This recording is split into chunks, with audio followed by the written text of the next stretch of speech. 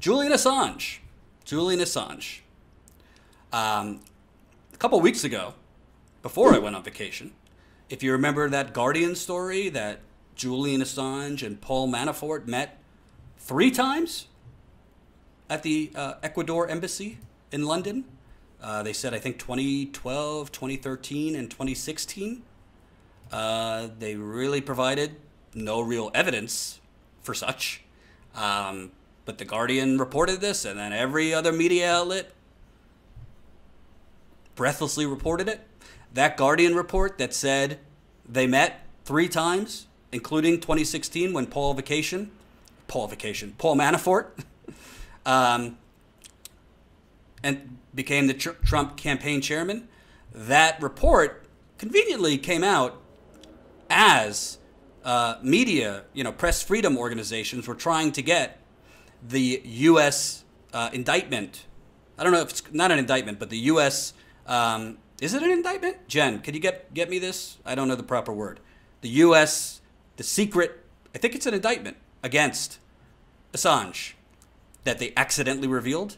So press freedom groups were trying to get this indictment unsealed so we could see what's in it. So right as that was happening, thank you, Mr. Kelly, indictment.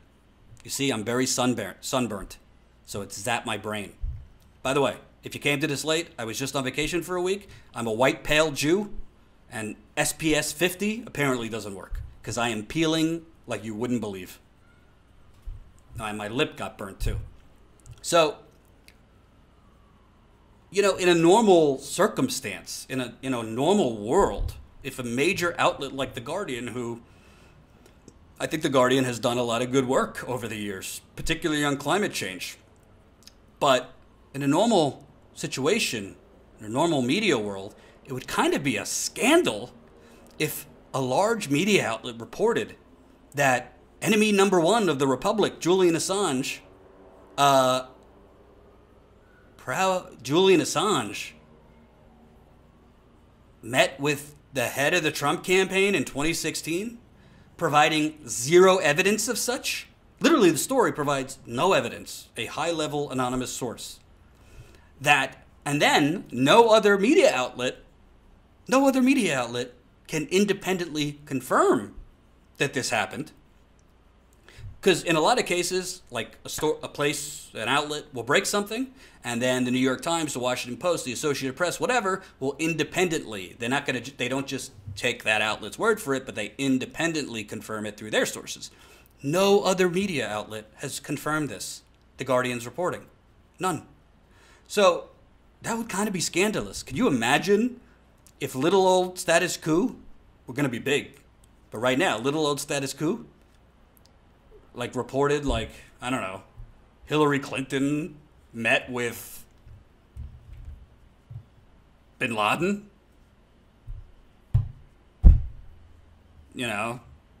during the 2008 campaign and knew where bin Laden was, and I had a high-level source.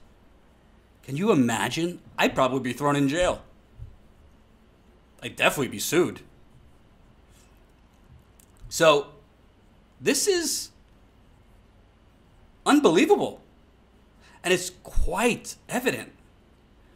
I don't know if The Guardian is just incompetent now, or if they're literally working with the United States government in concert with the new Ecuadorian president, in concert with British officials, London officials, to basically provide cover for their arrest of Julian Assange, because that's what it seems like. So, everything I'm talking about is reflected here. Here's a piece in Newsweek. Last week, The Guardian published a bombshell front page story asserting, without producing any evidence, that Julian Assange had secretly met the recently convicted former Trump campaign manager Paul Manafort in 2013, 2015, and 2016. The Guardian's attacks on Assange came only days after it was confirmed that he has been indicted some time ago under seal, and that the U.S. will seek his extradition from the UK. The story was published just hours before a hearing brought by media groups trying to stop the U.S. government from keeping its attempts to extradite Assange secret. The story went viral, repeated uncritically by many media outlets around the world, including Newsweek. This falsely cast Assange into the center of a conspiracy between Putin and Trump. The Guardian even had the gall to post a call to its readers to donate to protect independent journalism when factual, trustworthy reporting is under threat. These 3 meetings with Manafort did not happen. As The Guardian admitted, the embassy's visitor logs show no such visits. The Guardian claims they saw a separate internal document written by Ecuador's Senine intelligence agency that lists Paul Manafort as one of several well-known guests. Manafort, through his spokesperson, has stated, "This story is totally false and deliberately libelous. I've never met Julian Assange or anyone connected to him." As I said when this came out, I don't really care what Manafort says because the guy's a habitual liar, but I do care, A, there's no logs of this, B, London and that embassy is probably the most surveilled city in the world. And that embassy, there is millions of dollars that have been put towards security. Nothing goes through that embassy without it being seen or showing up on camera. And WikiLeaks, who has a 100% credibility ranking, they've never had to retract a story or anything. They've never, not that I know of at least, they've literally said, "We'll give you $1 million if you can prove this happened." I trust WikiLeaks. I don't trust Paul Manafort. I do trust WikiLeaks. So, it appears the Guardian editors tried to backpedal from the original story with post-publication stealth edits, but they have not issued a correction or an apology.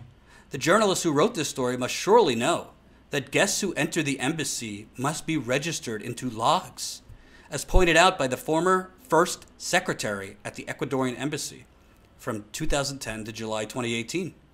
Ecuadorian intelligence has spent millions of dollars on setting up security cameras inside its embassy in London to monitor Julian Assange and his visitors. The Guardian has previously published still shots from those cameras. However, in the case of the claimed Manafort meeting, they apparently demanded no such verification. They also overlooked the simple fact that millions of pounds have been spent over the years by the Metropolitan Police and Secret Services on monitoring the entrances of the embassy 24/7. This is part of a series of stories from The Guardian, such as its recent claim of a Russia escape plot to enable Assange to flee the embassy, which is not true. What do these stories have in common? They all give the UK and Ecuador political cover to arrest Assange and for the US to extradite him. Any journalist worth their salt should be investigating who is involved in these plots. Mike Pompeo, when he was CIA director, said that the US was working to take down WikiLeaks. This was months after WikiLeaks released thousands of files on the CIA, the largest leak of CIA documents in history, called Vault 7. The Guardian seems determined to link Assange to Russia, in full knowledge that such claims are prejudicial in the context of Mueller's probe in the US and the Democratic National Committee lawsuit against WikiLeaks. Numerous commentators have criticized The Guardian for its coverage of Assange. Glenn Greenwald, former columnist for The Guardian, writes that the paper has such a pervasive and unprofessional personal hatred for Assange that it is frequently dispensed with all journalistic standards in order to malign him. Another former Guardian journalist, Jonathan Cook, writes, "The propaganda function of the piece is patent. It is intended to provide evidence for long-standing allegations that Assange conspired with Trump and Trump's supposed backers in the Kremlin to damage Hillary Clinton during the 2016 campaign." Hours before The Guardian published its article, WikiLeaks received knowledge of the story and outed it, with a denial, to its 5.4 million Twitter followers. The story then made the front page, and The Guardian asserted they had not received a denial prior to publication, as they had failed to connect the correct person. Oh my God. Failed to connect the right person. A simple retraction and apology will not be enough. This is persecution of Assange, is one of the most serious attacks on journalism in recent times. And this was written by Kristen Hrafn, I don't know how to pronounce that, Hrafnsson, who is an Icelandic investigative journalist who has worked with WikiLeaks since 2009. Why I bring this up? It kind of goes hand in hand, frankly. Kind of goes hand in hand with the story I wrote for statusquo.com. If you're coming to this late, go check out that story on the front page. When the media, and trust me, I know this firsthand. I've dealt with this firsthand, if you get my drift. When the media or journalists or just idiots report false things online, especially false things to the severity and to the high tension and high interest level of Julian Assange meeting with Paul Manafort, when they do this, it goes viral. Just like if I get smeared, it goes viral. Just like if any high-level person, whether it's Assange or me or anyone else, not that I'm to that level, but you get my point. When false informations, when smears go out, it often goes viral because lies travel quicker than truth on the internet. But when that lie serves the corporate propagandists at CNN, at MSNBC, the New York Times, the Washington Post, when that lie fits their narrative, oh boy, they often don't correct it when it becomes quite apparent that it's not true. And by the way, that piece is right, because if this lie by The Guardian stands, it will give the United States, Ecuador, and London more cover to arrest Julian Assange and extradite him. Which, to me, you could have your opinions about Julian Assange. You could have your opinion on WikiLeaks. Some hate it, some love it. I'm more towards the love it.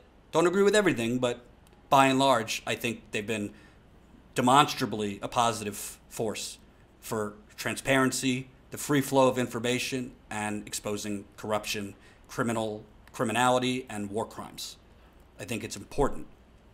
I think it's important that people like Julian Assange could do what they do in freedom and not have to look over their shoulder. But it's going to give them cover, this Guardian story, which is demonstrably, at this point, no objective person who's not a Russiagate lunatic, is not like a Hillbot. No objective person could sit there and say, that's definite that Paul Manafort, when he became Trump campaign chairman, he broke bread with Julian Assange right in the embassy. And by the way, as a journalist, when you make a mistake, oh my God, especially in this 24/7 Twitter era, when you make a mistake, it's terrible. Luckily, I've never made a colossal mistake to the level The Guardian has. But even the smallest mistake, if you tweet out something wrong, or if your story has a fact wrong and you get called on it, it sucks. It sucks. You're embarrassed. You get nervous. All those things. It sucks because in journalism, if you're trading, your currency is your facts, and your reputation is based on your facts, not just your integrity. Not just your, people could like your personality, your style, whatever, but if your facts are wrong, that's problematic. But this is a big fucking mistake that The Guardian made. I'm not sure, honestly, it is a mistake. Because to me, you would have to have a real motive, as Glenn Greenwald wrote. You would have to really fucking hate Julian Assange to report with no hard evidence that he and Paul Manafort, right when he became the Trump campaign chairman, I would say I'll follow this story, but the media has basically just regurgitated what The Guardian wrote, and that's been it. So I am going to reach out to The Guardian myself and try to get comment, because I I'd like to know, do you have any additional information to prove this? Or you just want to regurgitate more bullshit? Can't be both.